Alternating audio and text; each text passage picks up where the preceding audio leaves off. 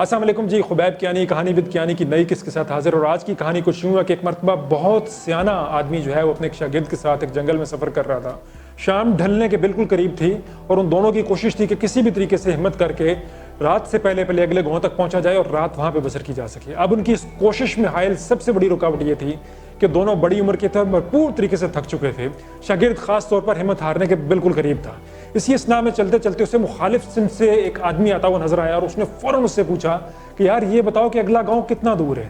اس فرد نے اسے کہا کہ اگلا گاؤں بس صرف 2 میل کے فاصلے پہ ہے، یہاں سے ہمت کرو تم لوگ پہنچ جاؤ گے. یہ سن کر استاد نے ایک زوردار کہکا لگایا. شاگرد کو بہت عجیب لگا کہ اس بات پہ استاد نے کہکا کیوں لگایا، لیکن ادب میں اس نے اپنے استاد سے کچھ بھی نہیں پوچھا.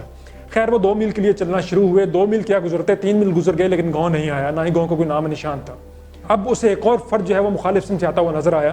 اس نے پھر اس سے پوچھا کہ یار بتاؤ کہ اگلا گاؤں کتنے دور ہے یہاں سے. اس نے کہا کہ تم لوگ تقریباً پہنچ گئے ہو، صرف 2 میل اور چلو تو تم لوگ وہاں پہ پہنچ جاؤ گے.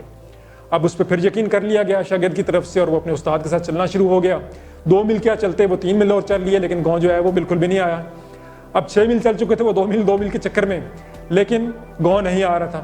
ایک اور فرد آیا تو اس کے ساتھ بھی یہی بات چیت ہوئی. اس نے اگین پھر کہا کہ 2 میل اور ہے. اب جب یہ بات سنی تو استاد نے پھر کہکا لگایا اور شاگرد جو ہے اس نے اپنا بیگ نیچے پھینکا. اس نے کہا کہ میں یہاں سے ایک قدم بھی آگے نہیں جا رہا ہوں. جو بھی آ رہا ہے وہ 2 میل کرتا جا رہا ہے، بٹ وہ 2 میل کبھی ختم ہی نہیں ہونے کو آ رہے.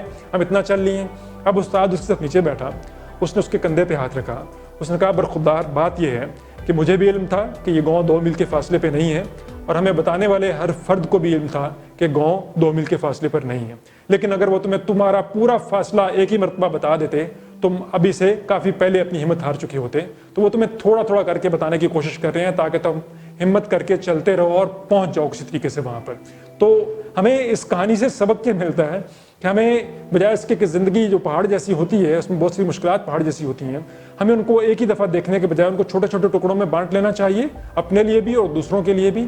اور ہمت کر کے اپنے آپ کے ساتھ سیلف ڈائلاگ کرتے ہیں یا کسی ایسے بندے کے ساتھ جو کہ ہمت اور تھوڑی سی انکریجمنٹ کی ضرورت رکھتا ہے آپ کے سامنے، اس کو یہ بتائیں کہ بس تھوڑا سا اور ایک قدم اور تھوڑی سی ہمت اور کرو گے، تھوڑے سے صبر کا اور مظاہرہ کرو گے تو تم اپنی منزل پر پہنچ جاؤ گے.